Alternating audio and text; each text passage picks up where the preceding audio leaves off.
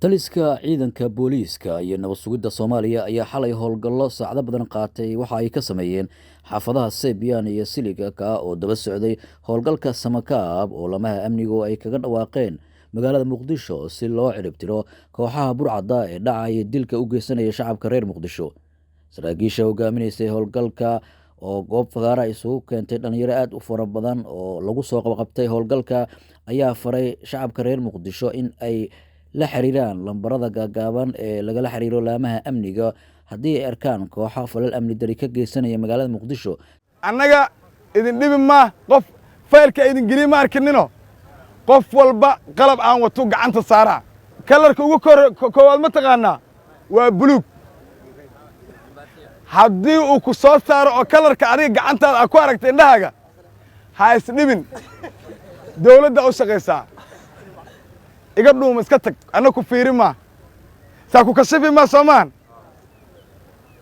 laakiin jaalla hadduu soo saarana shacabaad tahay jiingadaadi ku noqo minuu soo saara gaduud maxaa filanaysaa gaariga inaa fuushan leh wakhtiga ugu badan walaal sameey inaad la xiriirto ciidanka amniga idima ogolin aniga ma ogoli berri mustaqbalka waxaad tahay qofka maamulka iyo waxaan hayna la wareegaya. Shacabka reer Muqdisho ayaa dhawaanahan